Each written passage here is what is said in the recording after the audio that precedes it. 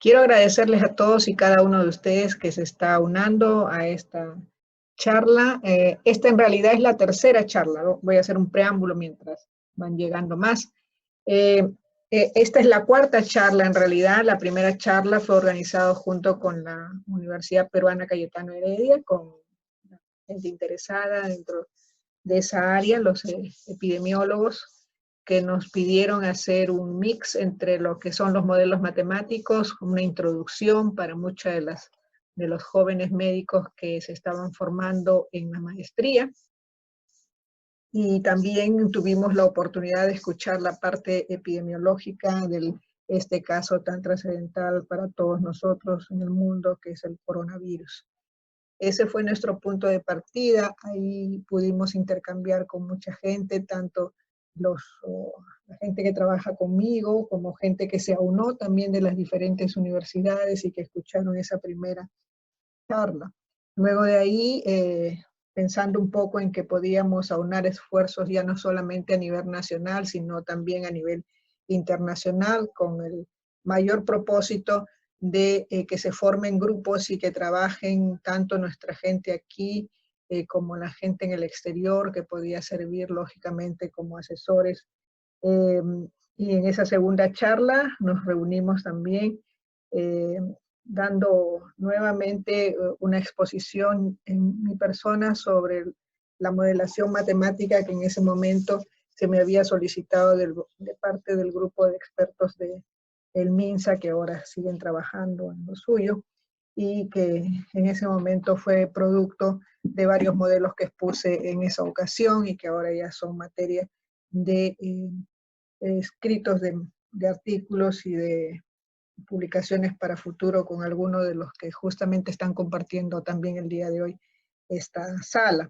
La tercera tuvimos como invitados dos visiones diferentes. Ya salimos un poco de lo que es la visión de modelos matemáticos, plenamente dichos, en matemática epidemiológica, para pasar a las visiones diferentes que tienen lógicamente los científicos, como fue la participación de la doctora Edith Seyer, con su visión estadística, una gran estadística destacada, sanmarquina, y que nos ofreció justamente el trabajo que ella día a día va ofreciendo con nosotros entre amigos, y luego también lo compartió justamente con esta sala. En esa misma ocasión también tuvimos la oportunidad de contar con el doctor Víctor Peña, que es físico también de San Marcos, que muchos de ustedes estarán viendo que día a día también nos da unos acercamientos, aproximaciones de cuál es el comportamiento del coronavirus aquí en el Perú y su posible proyección, ¿no? Aunque en esta semana, lógicamente, estamos desnudando la información porque ya se tiene más pruebas de diferente tipo y hay que hacer también las diferencias, pero se pudo observar lógicamente un disparo sin precedente que, si bien los que conocen de esto y por la lógica del poco número de pruebas que se hacían, era de esperarse. Pero bueno, esperemos entonces que con las medidas que se van tomando o que se están tomando y se siguen tomando, superemos esta situación.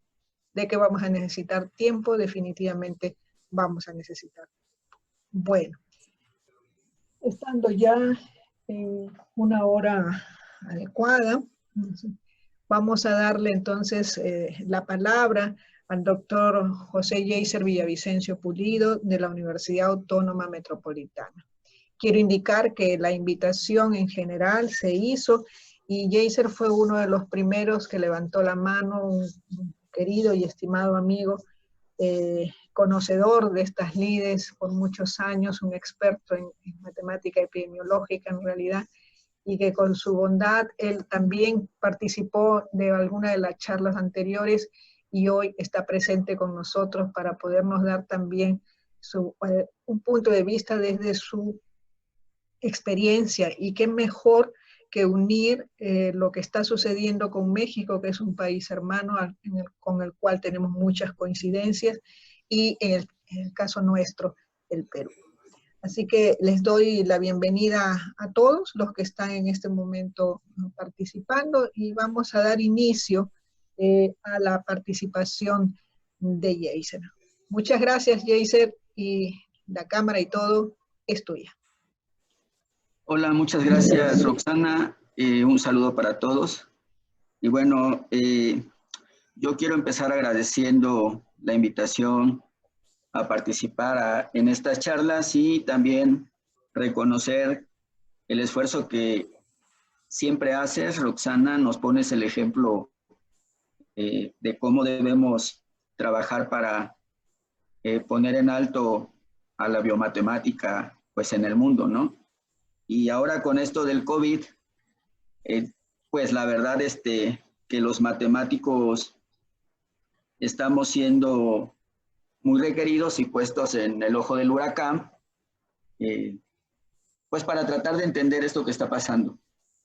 Bueno, yo voy a platicarles un poquito sobre modelación de fenómenos epidemiológicos. Particularmente vamos a analizar un modelo para el COVID con datos de México y de Perú. Y bueno, yo supongo que al final las preguntas realmente son las que van a hacer que sea más rica esta plática. Entonces, pues bueno, yo les voy a dar primero una pequeña introducción. Después les voy a hablar sobre el modelo clásico y el cálculo de R0 en epidemiología matemática. Después vamos a ver un modelo matricial. Y luego un poquito de modelos comportamentales. Y pues después de eso yo espero y podamos hacer una discusión muy interesante. Bueno, rápidamente la epidemiología matemática surge, digamos, desde tiempos bíblicos, ¿verdad? Se sabe de epidemias y que en esa época, en los relatos bíblicos, también aparece una estrategia de control, que es la cuarentena, ¿verdad? Pero es hasta 1760 cuando Daniel Bernoulli construye un modelo para conocer la dinámica de la viruela en Europa. Él quería evaluar la eficacia de la inoculación de personas sanas con el virus atenuado de la viruela. Esto fue en 1760 y lo hizo a través de una ecuación diferencial. Pero después hubo ahí un tiempo en el que pues se dejó de hacer, de construir modelos, ¿no?, para describir epidemias, y fue hasta 1906 cuando Hammer analiza y construye y analiza un modelo de tiempo discreto para comprender la recurrencia de epidemias de sarampión. Se piensa que él pudo haber sido el primero en suponer que la incidencia depende del producto de las densidades de los susceptibles y los infecciosos. Es decir, algunos piensan que él fue el primero que aplicó un resultado de la química, que es la ley de acción de masas, para entender la evolución de una epidemia. Después, en 1911, Ross, él estaba interesado en la incidencia y el control de la malaria, por lo que desarrolló un modelo con ecuaciones diferenciales para una enfermedad hospedero-vector. Y en 1926, Kermack y McKendrick publicaron artículos sobre modelos epidemiológicos y obtuvieron el resultado del umbral en epidemiología, el cual dice que la densidad de susceptibles deben ser superior a un valor crítico para que un brote epidémico ocurra. Entonces, pues realmente, este es como que el génesis de la epidemiología matemática, y después otra vez pasó un lapso de tiempo importante, hasta hace más o menos unos 30 años, unos 20 años que empezó a resurgir esto de la epidemiología matemática. Entonces, pues bueno, ya dándoles este contexto, pues yo les quiero mostrar el modelo clásico para describir epidemias como las que está ahorita sacudiendo a nuestro mundo, ¿no? Vean, este es el modelo SIR o el modelo Kermacky-McKendrick, y este es un modelo muy sencillo en el cual de entrada se supone que la población es constante. Además, la población es dividida en 3 clases con características, en este caso, epidemiológicas. Es decir, la población fue dividida en individuos susceptibles, individuos infecciosos e individuos recuperados. Y entonces, si uno observa y puede ver que no aparecen tasas vitales en el modelo, ¿verdad? Sino que aparecen tasas epidemiológicas. Particularmente, el término que aparece en la primera ecuación, que es la ecuación para S, el término menos beta SI describe el número nuevo de infecciones debido al encuentro de individuos susceptibles con individuos infecciosos, los cuales con probabilidad beta se vuelven infecciosos. Entonces, ese signo menos en la primera ecuación lo que nos está diciendo es que la clase de susceptibles está decreciendo en esa cantidad por unidad de tiempo. Entonces, vean, en la ecuación para I, está las nuevas infecciones, las cuales están descritas por el término beta SI, pero también hay un término negativo que está dado por gamma I, donde gamma es la tasa a la que los individuos infecciosos se recuperan. Y una vez que los individuos dejan la clase I porque se recuperan de la enfermedad, entonces pasan a la clase R, ¿verdad? Y entonces, pues, ahí vemos que R' es positiva y entonces, pues, siempre los recuperados están aumentando. Vean, no aparece por ahí ninguna tasa de muerte ni tasas de natalidad. Y eso es así porque en este caso, en este tipo de enfermedades, el periodo de infección que tiene un individuo en promedio es muy pequeño comparado con la esperanza de vida de los individuos. Entonces, por eso es que no aparecen tasas vitales. Vean, este modelo es muy sencillito, ¿no? Pero, pues de verdad que él ha dado, digamos, ha sido la estructura básica de infinidad de modelos comportamentales. Si uno analiza este modelo, puede observar que la tercera ecuación es independiente de las primeras dos. Entonces la podemos, digamos, quitar del análisis y solamente centrarnos en el análisis de las primeras dos ecuaciones. Entonces, fíjense, si nosotros utilizamos la regla de la cadena y ahora tenemos la derivada de I con respecto a S, es decir, si nosotros queremos conocer la evolución de los infecciosos como función de la población susceptible,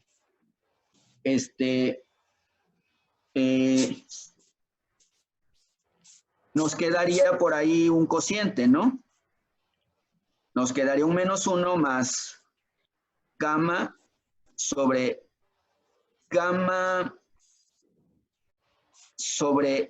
S. Y entonces, fíjense, si nosotros resolvemos esa ecuación diferencial ordinaria y graficamos sus órbitas están dadas como la figura que está ahí abajo. Entonces, vean, este modelo en particular es muy sensible a las condiciones iniciales. Es decir, dependiendo de la condición inicial, por ejemplo, aquí la S0 y 0, vean, si yo empiezo con esta población de individuos susceptibles e infecciosos, mi población de infecciosos va a aumentar, la población de susceptibles va a decrecer y hasta llegar al equilibrio, ¿no? Si uno analiza existencia de puntos de equilibrio de este modelo, pues resulta que este modelo tiene infinitos puntos de equilibrio y todos son estables, ¿no? Neutralmente estables.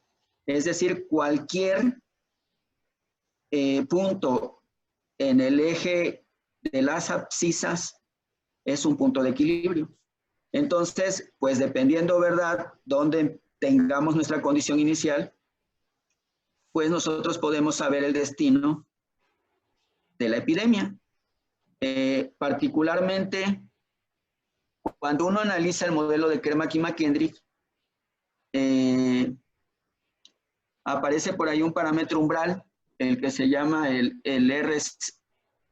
Aparece un parámetro umbral dado por Rho, y ese es el que me dice cuándo mi población de infecciosos va a decrecer o va a crecer. Entonces, ese valor de Rho está dado por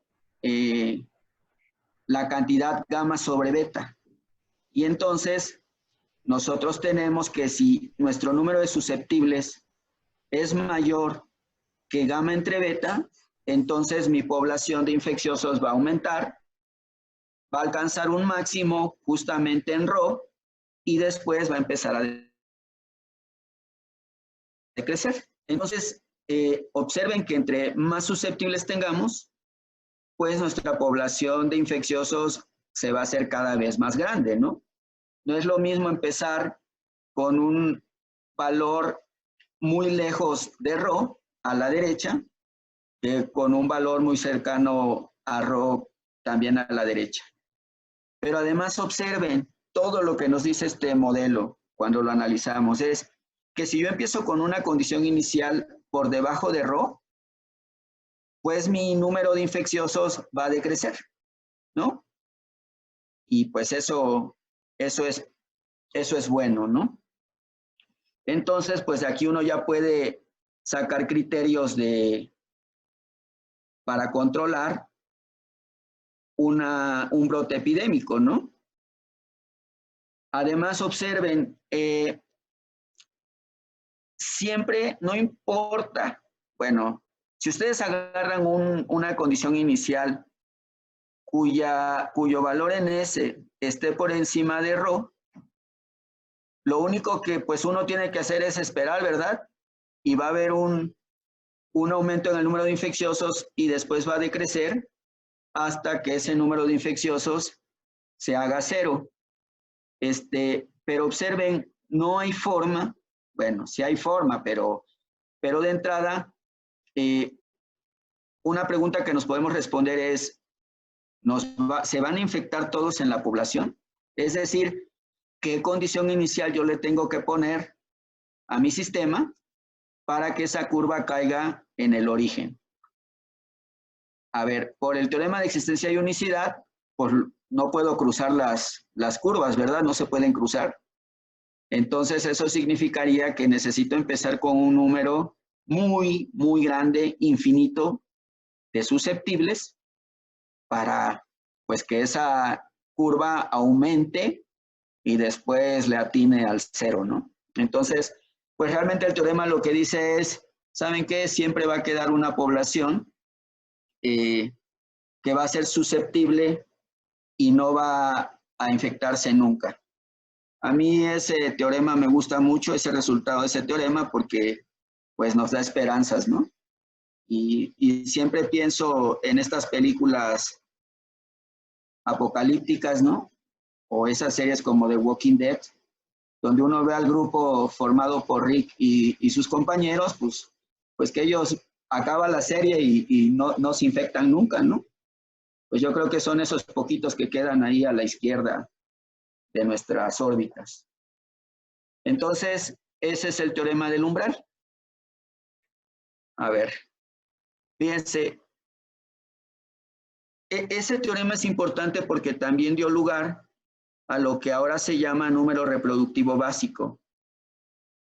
El número reproductivo básico es el recíproco de el Rho que nos daba la densidad crítica de susceptibles. El R0 está dado por beta entre gamma y R0 describe el número de infecciones secundarias que un individuo infeccioso es capaz de producir cuando es introducido en una población totalmente susceptible durante todo su tiempo de infecciosidad.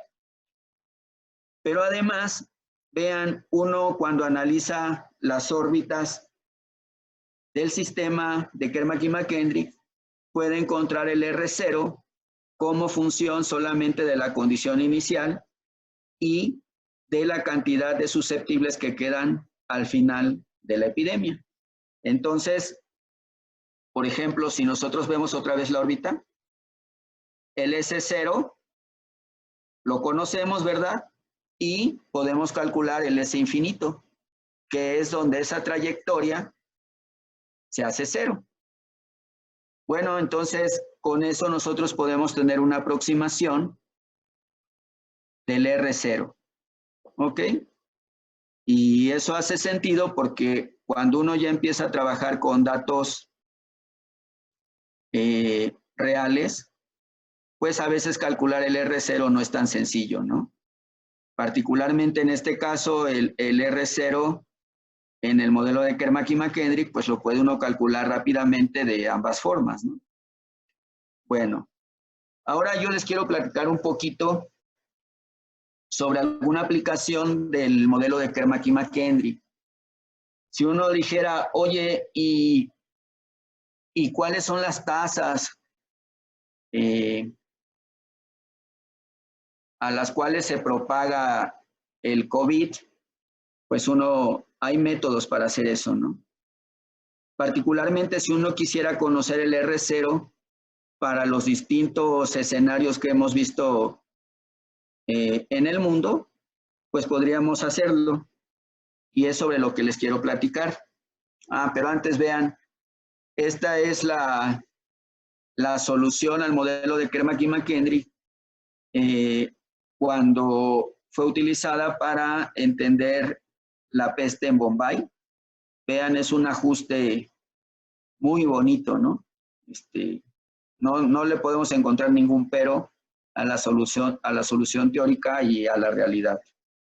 Entonces, vean, para esto, alguna vez fui a un curso que me invitó un amigo mío llamado Marcos Capistrán. Él está adscrito al CIMAT, al Centro de Investigación en Matemáticas, y un día me dijo, oye, Heiser, ¿por qué no tratas de hacer aplicaciones de los modelos comportamentales a casos prácticos? Y yo voy a hablar de eso ahorita en mi curso, donde vamos a estimar parámetros en modelos definidos por ecuaciones diferenciales ordinarias. Entonces, te invito para que entres, ¿no? Y entonces, pues, la verdad entré, siempre ando, en México decimos que uno es chile de todos los moles, ¿no? A mí a donde me invitan voy. Y entonces, pues ahí él mostró un código que corrió en Python y pues lo aplicó a algunos datos que él tenía, ¿no?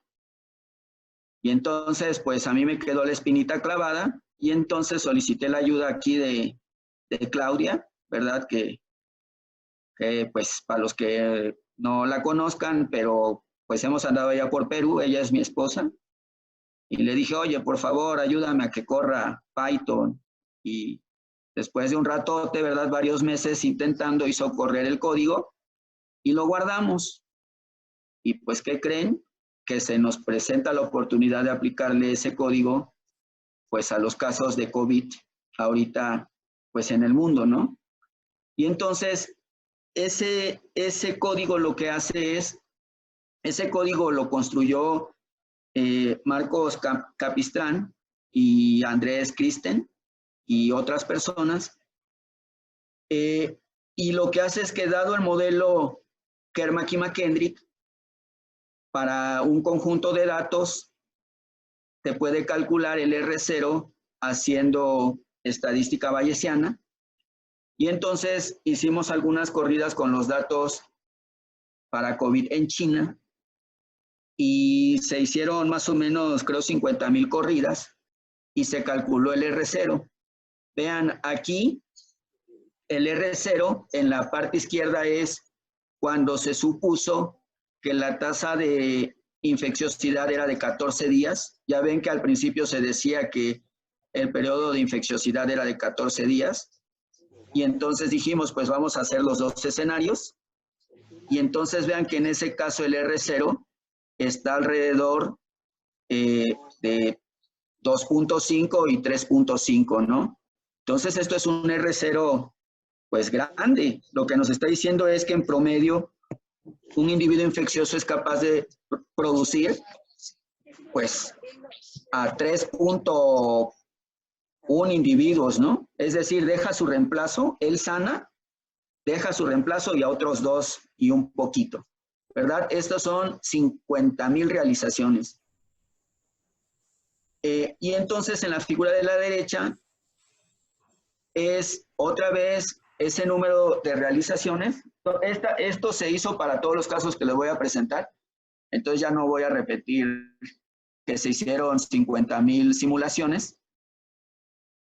Y se calculó el R0 pensando en que el periodo de infecciosidad del virus, de un individuo infeccioso, era solamente de 5 días. Y vean, el R0 ahora está entre 2.13 más o menos y 2.27, ¿no?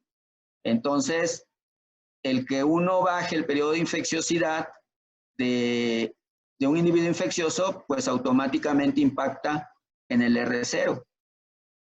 Y lo impacta que ahora aquí en este escenario un individuo dice que solamente infecta a un poquito más de 2, es decir, deja su reemplazo, él sana, deja su reemplazo y a un individuo y otro poquito más, ¿no? Entonces, esto es el caso donde se calcula R0 para los datos en China, ¿no? A ver, esto solamente se hizo en una ventana de tiempo que fue del primer caso que aparece Poniéndonos esta tarde.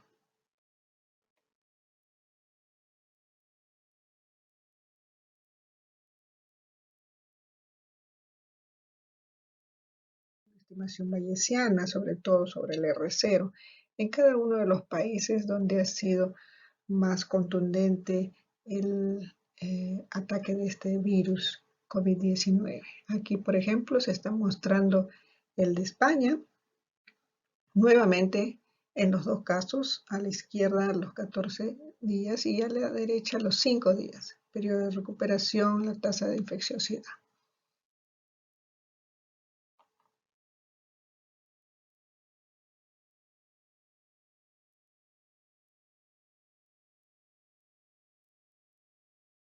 También realizaciones dentro de lo que nos explicó él, aprendió justamente de uno de sus colegas Capristano. El caso Italia,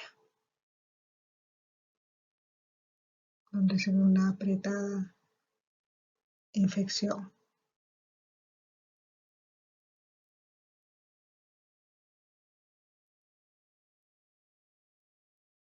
Causando más polémica por la gran cantidad de infectados, muertos y lógicamente también recuperados. Está caso Estados Unidos.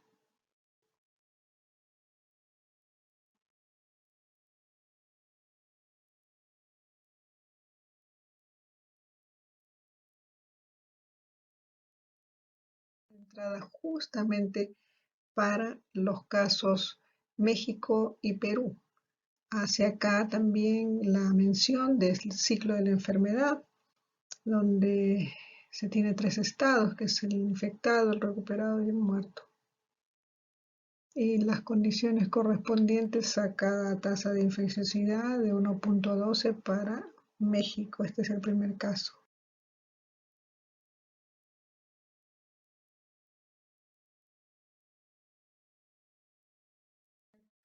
Conformó, trabajó el doctor Jaser, donde justamente se explicita esa tasa de infección, ¿no?, de 1.12 para el caso México.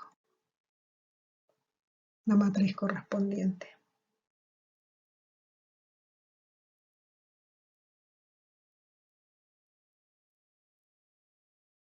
Modelo matricial con los datos. En este primer caso, los infecciosos, los recuperados que son los rojitos y los decesos que son los verdes. Aproximadamente 3.000 infectados, ¿no? Según cómo va evolucionando hoy en día en México. Eso es lo que se tiene. Y si pueden ustedes apreciar, se ajusta muy bien, ¿no?, a los datos. Bastante bien.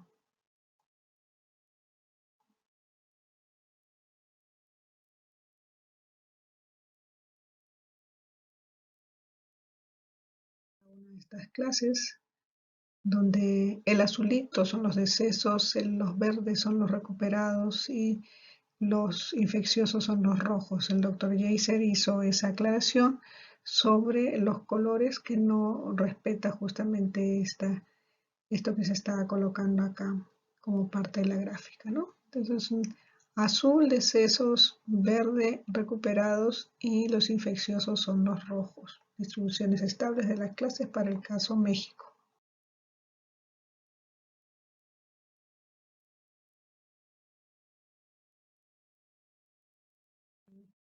Nivel de infecciosidad es de 1.19.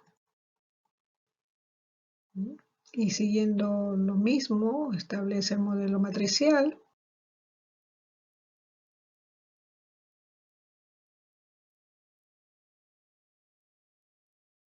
Fundamentales dentro de lo que es la diseminación o el modelo matricial que se plantea. Caso Perú.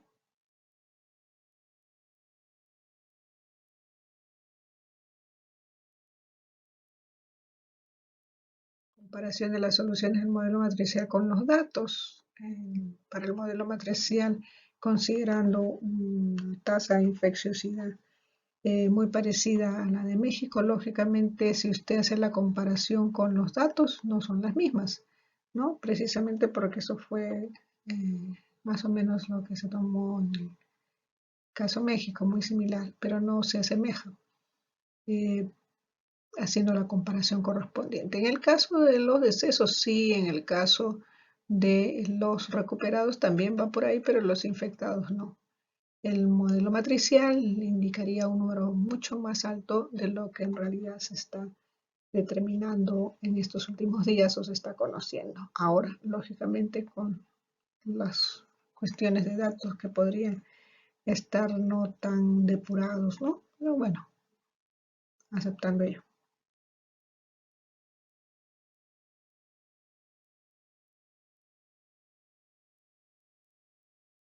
Bien, este azulito es en realidad los decesos, este en verde son los recuperados y este en rojito los infecciosos, ante una baja, ¿no?, en el comportamiento, trabajando bajo proporciones.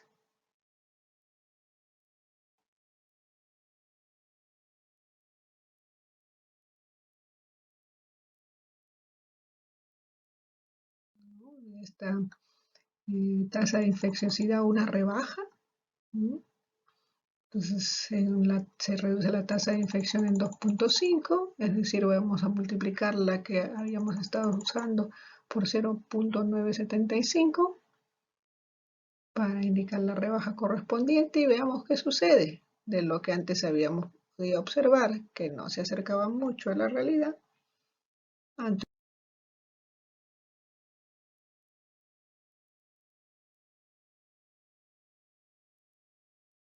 intuyendo, como muchas veces nosotros hacemos las cosas para luego ya fundamentarlas. Miren cómo se apegan los datos, ahora sí. Entonces eso significa que debido a esa baja podríamos ajustar mejor nuestro modelo, ¿no?, a los datos, como lo pueden apreciar, y como lo hizo el doctor Jaycer.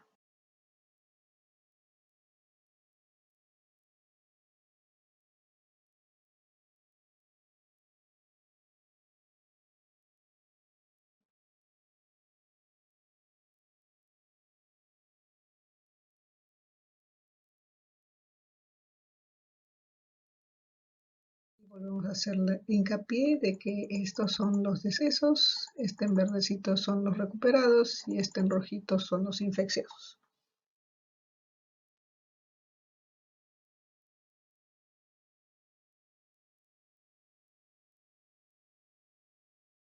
Modelos comportamentales.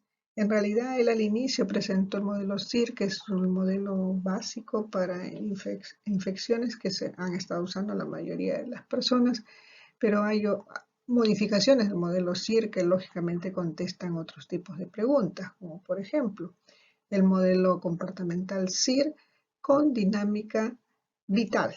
Significa que considera los nacimientos y considera las muertes en cada una de las clases o poblaciones epidemiológicas, ¿no? Este es diferente al que tenemos, eso es cuando dura un poco más de tiempo, que eso es lo que podríamos considerar, es una variación. El hecho de colocar esta perturbación del original CIR es que a nosotros como matemáticos nos proporciona una infinidad de conocimientos y de cosas que podemos encontrar lógicamente a propósito de un modelo tan pequeñito, pero con tanta riqueza matemática. Se determina el R0 rápidamente. Aquí lo que podemos apreciar, por ejemplo, es una bifurcación hacia adelante, un forward bifurcation, que es el tema fundamental que trabaja Jaeger, en el cual es especialista. Y en este caso, bueno, pues nosotros las bifurcaciones las conformamos de esta manera. Si es un problema epidemiológico, lo fundamental es conocer el número de infectados y cómo es que afectan los parámetros a él. Y justamente las bifurcaciones lo que hacen es determinar valores de parámetros que van a indicar cuándo crece o no hay infectados. Y como lo pueden apreciar ustedes, es lógicamente a partir del 1.0, que es lo clásico, que se despierta justamente la pandemia. Es decir, cuando ya el número de segundos casos secundarios, comienza a aumentar más de uno. Es decir, tiene un heredero, mejor dicho, un infectado del primero. Que fue lo que se dio, o mejor dicho, se conoció el 6 de marzo, aquí en el Perú.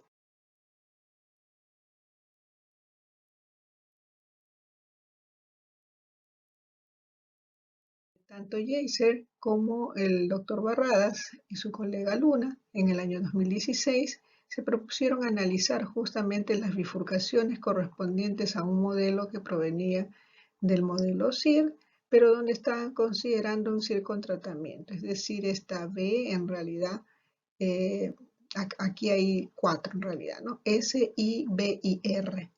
No se coloca porque el R no está dependiendo de todos, por lo tanto entonces se puede simplificar a solamente 3 poblaciones en las cuales tenemos el S, tenemos el I de los infectados, se le aplica un tratamiento y estos pasan a un estado de un estado en el cual ellos no infectan ni tampoco se van a volver a infectar, ¿no? Solamente mueren ahí. Y analizan en ese artículo justamente la parte de bifurcaciones, ¿no? Nuevamente el R0. Y se puede observar que a diferencia del anterior, que era un forward bifurcation, es decir, una bifurcación hacia adelante, ahora acá presenta una bifurcación hacia atrás. Es un backward bifurcation. Y el R0 fundamentalmente está dependiendo no solamente de los factores o de los parámetros inicialmente dados, sino que está dependiendo justamente del tratamiento H en 0, cuando no hay, es decir, cuando no hay infectados, pero se conoce que viene y entonces hay que ir aplicando desde ya un tratamiento. Ahí lo tienen. Ese es el R0. Es una muy buena oportunidad de leer este artículo para los que tengan la curiosidad de ir conociendo sobre los modelos comportamentales justamente para las epidemias.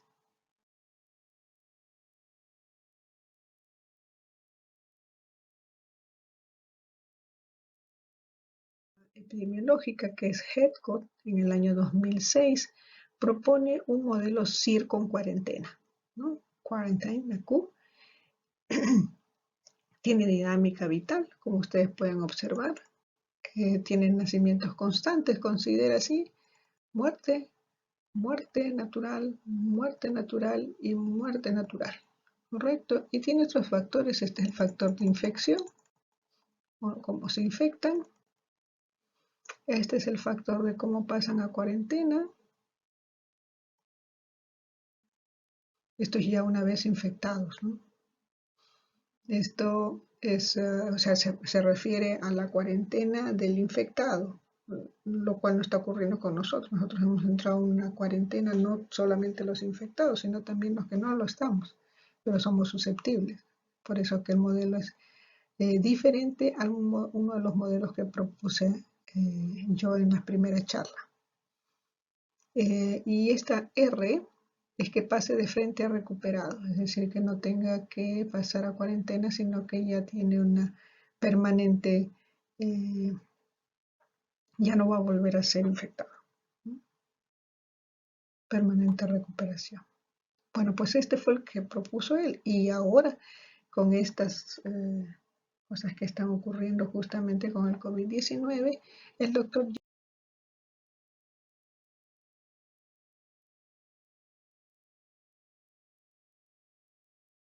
que también ellos, el Headcote analiza las bifurcaciones, estos son forward bifurcation, pero donde cambia justamente la estabilidad a inestable. ¿No?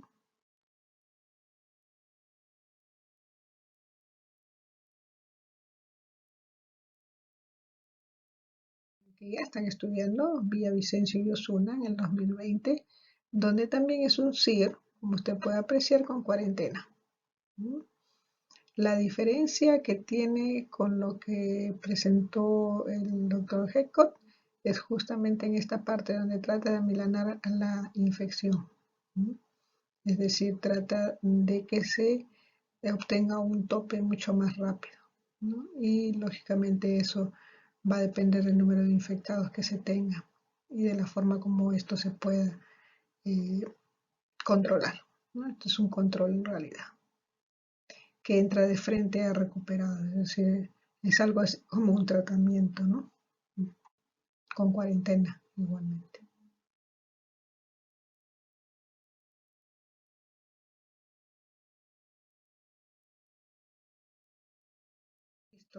El R0, ¿quién es el R0? Dependiente de los parámetros que distinguen justamente al modelo que presenta Headcote, ¿no? Una bifurcación, backward bifurcation, en el cual con el mismo número R0, que debe ser el 1, o no el 1, perdón, algo más pequeño probablemente, presenta un backward bifurcation que es inestable. Entonces acá se ve la estabilidad, la inestabilidad se va hacia abajo y luego de una etapa vuelve a serse estable. Una bifurcación bien extraña y muy bonita matemáticamente de analizar. Muy buen trabajo.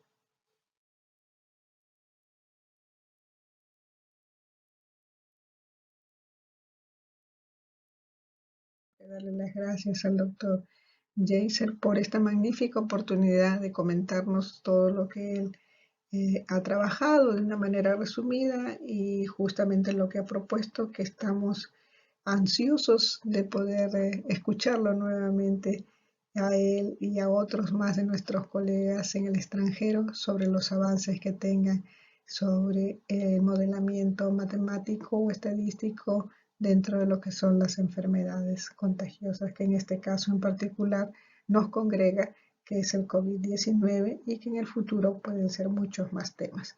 Esperando que cada una de estas charlas les proporcione a todos ustedes el ímpetu, les dé el ímpetu para que prosigan y también, al igual que todos nuestros ponentes, logren ese tipo de facilidad para explicar una enfermedad a través de las ciencias básicas, pues mientras logremos eso, el objetivo de todo este esfuerzo se cumplirá. Pero en una primera instancia estamos unidos por un problema que a todos nos está afectando. Muy bien, nos vemos el próximo viernes. Muchas gracias.